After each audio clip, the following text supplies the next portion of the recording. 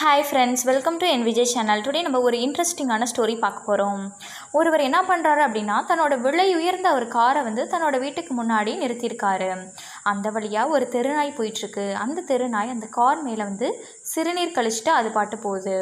இதை பார்த்துட்டு கார் உரிமையாளர் சிரிக்கிறாரு.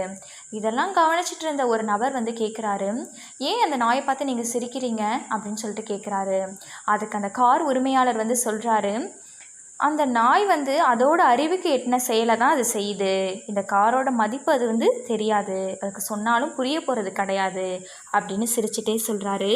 கேள்வி கேட்டவருக்கு இப்படி ஒரு பதிலா அப்படின்னு சொல்லிட்டு சற்றும் அவர் எதிர்பார்க்கவே இல்லை. இது போல தாங்க நம்மளோட வாழ்க்கையிலையும், உங்கள் வாழ்க்கையில் உங்களோட மதிப்பை அறியாதவர்கள் உங்களை அவமானப்படுத்தும் போதும் கேலி செய்யும் போதும் அவர்களை புன்னகையுடன் நீங்கள் கடந்து போகணும். கேலி பேசினா பேசிட்டு போகிறாங்க, கிண்டல் அடித்தா கிண்டல் அடிச்சுட்டு போகிறாங்க அப்படின்னு சொல்லிட்டு நீங்கள் சிரிச்சிட்டே அந்த இடத்த விட்டு கடந்துடுங்க.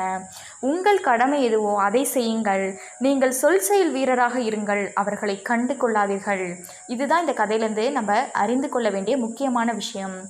Okay friends, thank you. இதே போல் இன்ட்ரெஸ்டிங்கான வீடியோஸ் வேணும் அப்படின்னா என்னோடய சேனலை மறக்காமல் சப்ஸ்கிரைப் பண்ணுங்கள். Thank you friends.